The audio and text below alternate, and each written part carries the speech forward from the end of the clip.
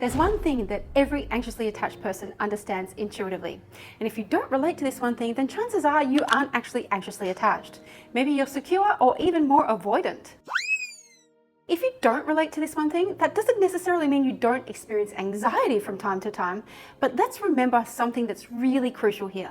Anxiety and anxious attachment style or anxious attachment patterns are two very different things, and it's important for you to understand the differences. Here's why. The whole of the internet has been fascinated by this framework of attachment styles for a number of years now, but the problem is that everywhere I look, people get it wrong. In fact, a lot of people completely butcher the framework of attachment styles. Sometimes we all get a bit of anxiety, especially in a new relationship, and that's completely normal.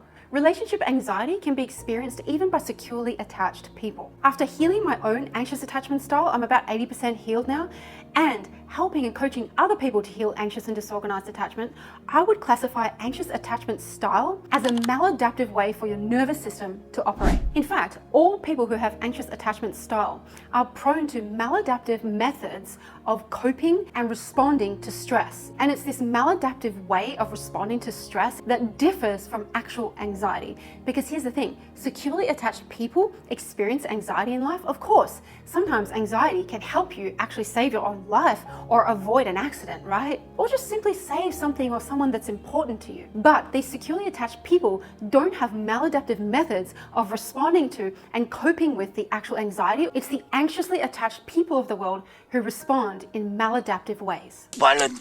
Dad, Mom's getting worse. You have to take her to see a real psychiatrist. Look how tense she is. She's fine. Oh. In fact, all anxiously attached people are prone to maladaptive ways of coping under stress. And at the core of it, this is how I see anxious attachment patterns. It's like having a big, gaping wound on your leg. So it's not just a small inconvenience. As someone who's personally grown up with anxious attachment patterns, I can tell you that it's had a huge cost upon my life and on all my relationships. And I've had to learn to heal and turn those maladaptive coping mechanisms into healthy ones. Now, I know this all might sound a bit negative, but there is good news. The good news is you and I can both learn to heal from it and develop what is called earned secure attachment. So if you're really keen to heal your anxious attachment style, then subscribe to my channel and I will hold your hand on this journey and show you what healing looks like. So what's the one thing that all of us with anxious attachment style can understand and relate to? It's this: we see ourselves negatively and the person we're relating to positively. That's right. Our inner working model of attachment and relating to others is me negative, other positive. Me negative, you positive. How sad is that, right? How maladaptive is that? And how unresourceful is that? Imagine living with that and having that burden upon your shoulders for your entire childhood and then carrying it through to your adult life. This is why I'm saying it's not a small inconvenience. So we anxiously attached people see ourselves as less than others. Studies have shown that those who have anxious attachment style are prone to rumination, to clinging, to negative affect, which is just sinking deeply into negative emotions and not being able to come out of them.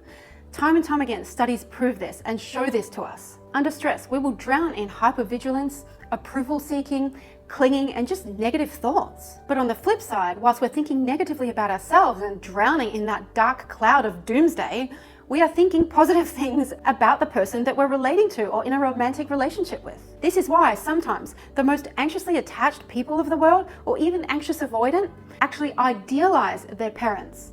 That's right. We see ourselves negatively in relation to our parents, and secretly we see our parents positively.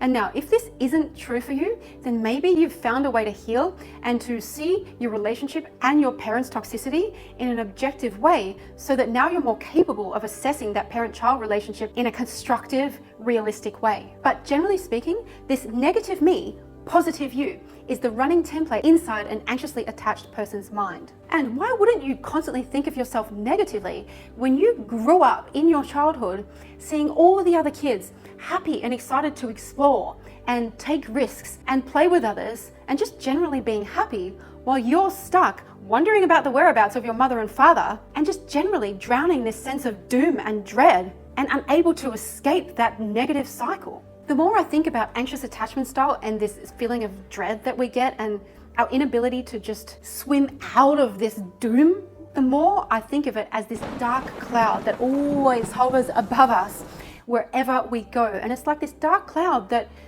We see as a friend, us anxiously attached people see this dark cloud as a friend. That's why it's so hard to detach, right? Because the dark cloud became our coping mechanism, and it became the way through which we actually learned to seek attention and care and nurturing when we were babies. Because remember, from the moment that you were born, if you had inconsistent nurturing, sensitivity, and care from your mother and father, what you learned over time is that the only way to hopefully try to secure some attention is that you need to escalate your emotions, magnify the negativity so that they will hopefully come and be sensitive to you and attuned to you and give you the love and attachment that you needed. So back to this inner template of negative me, positive you. Have you ever felt like you kind of stick out like a sore thumb? Like something is fundamentally wrong with you. Like you know that something's not quite right and you're not coping very well, but you just don't know why that is and how to change it? That's your personal prototype for attachment and relating to others talking. That's your prototype trying to help you function in the world. However, it's maladaptive because it just constantly piles on the negative beliefs about yourself and that lack of trust in the world and in intimacy and relationships in general. So this nagging feeling in the back of your mind and your body that says, maybe there's something not quite right with me. In fact, is there something fundamentally wrong about me? That feeling that you stick out like a sore thumb because you're bad at coping and you're not quite like the other kids. You're not quite the same as those healthy, securely attached, happy kids. That feeling and that template is not exactly wrong because it helped you survive. It keeps that anxious attachment style trying to function and get you attention and nurturing, but it's not quite right either. Because even though it helps secure attention for you, some of the time, it's actually a faulty attachment system talking. Ever heard of preteens or teenagers deliberately harming themselves? Yeah, a lot of that time you can trace that behavior back to anxious attachment patterns. Negative me, positive you. And in psychology, they've given these negative emotions like obsessing about others, rumination, feeling like everything is a threat and that your partner cannot be trusted.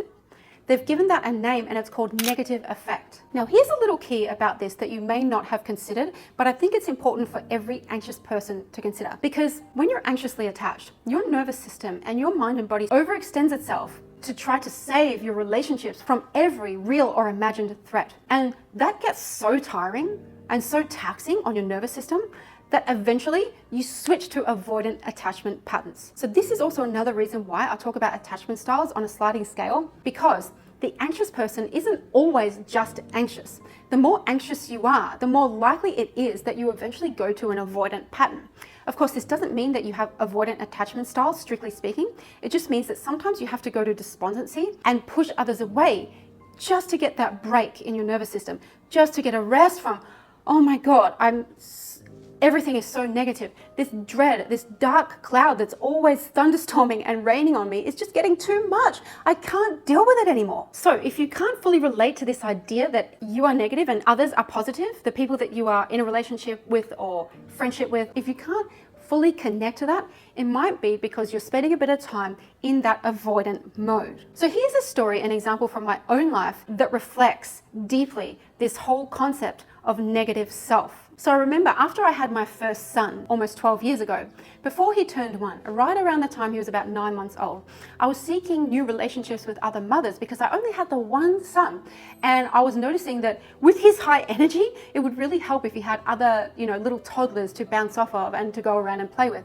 So what I did was I joined a playgroup. And at the very first playgroup that I went to, I met a gorgeous young mother, similar age to me, maybe a couple of years older than me. She had a background in modeling, but we clicked and made a friendship really quickly. She had one other son, and together with her, I would take my only son at the time. Now I have 3 sons, but we would go out and we'd go to playgrounds, we'd give the boys a chance to go out and play and just explore and just be little toddlers. And eventually, as we spent more years together, we started to attend new playgroups together. And in one of these playgroups, we met one very interesting mother who was at first super high energy, like seemingly super happy and outgoing and extroverted, right?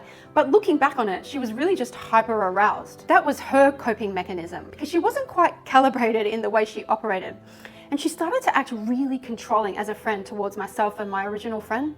So she would demand that we meet her several times a week, and if we weren't there on time, she'd get really angry at us.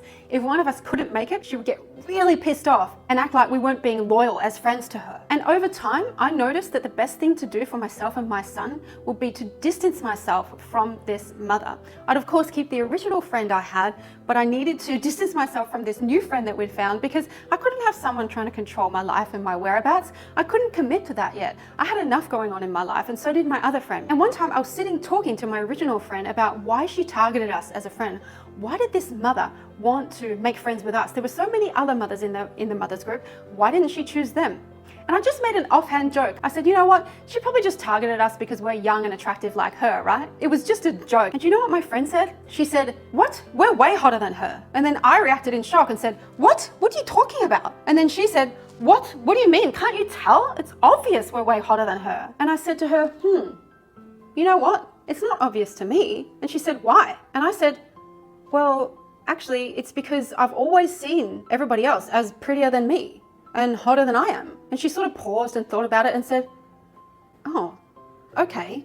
And it's interesting because that conversation and that whole experience left me with this feeling of, oh, that's how I think. And I sort of felt a bit ashamed for thinking of myself that way because I could see the contrast between how my friend felt about her, like how positive her self-image was compared to mine.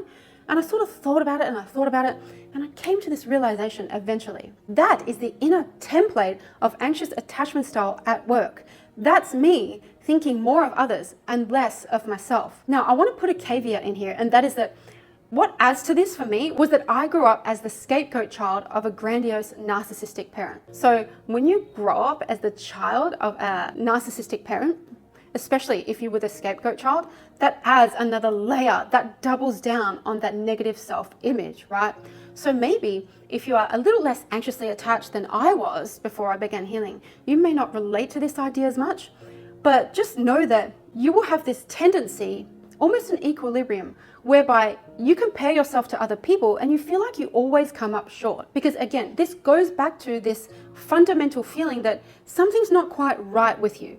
And it's not that something is not quite right with you, but it's the fact that you never quite got the opportunity to reach that developmental stage in your infancy and toddlerhood where you learn to detach and where you were able to explore the world and come back to your parents reliably and surrender to that sense of trust that your caregivers were going to be sensitive to you and that you'd have adequate nurturing. So I've talked a lot about this one thing that all anxiously attached people can relate to or at least understand to some level. The next question is, what do we do about it? Well, first of all, the best thing to do about it right now is to take my attachment styles quiz, because in that quiz, you will get a score for where you are on the spectrum of secure to insecure attachment styles. And that'll give you a level of awareness as to how much work you've got to do to create earned secure attachment, to get that inner template of me positive and you positive as well. That inner template, the working model that securely attached people have. And the second thing you can do is watch my other video, how to detach when you are anxiously attached. In that video, I give you the tools that you need in order to develop that positive self-identity. I wish you all the best in life and in your relationships, and I hope to see you in my next video.